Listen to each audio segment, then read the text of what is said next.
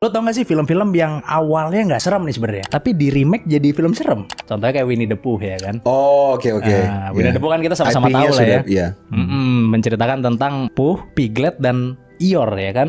Dan juga seorang anak laki-laki bernama Robin. Iya, cerita anak sebenarnya gitu. Cerita anak sebenarnya kan. Waktu kecil kita baca itu kan wah suka banget gitu kan. Nah, ada remake-nya kan sekarang kan.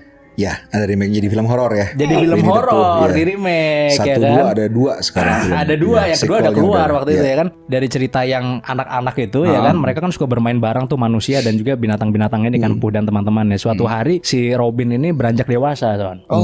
Dan harus fokus kuliah dia. Akhirnya meninggalkan teman-teman hewannya ini. Sehingga ya Pooh, Piglet dan Eeyore marah ya kan, merasa kecewa terhadap manusia karena kenapa Anda mengabandon pertemanan kita gitu Son. Oh, demi apa tuh? Ya demi kuliah lah. Oh iya. Iyalah, saya belum nemu lucu ya soalnya, jadi lurusin aja.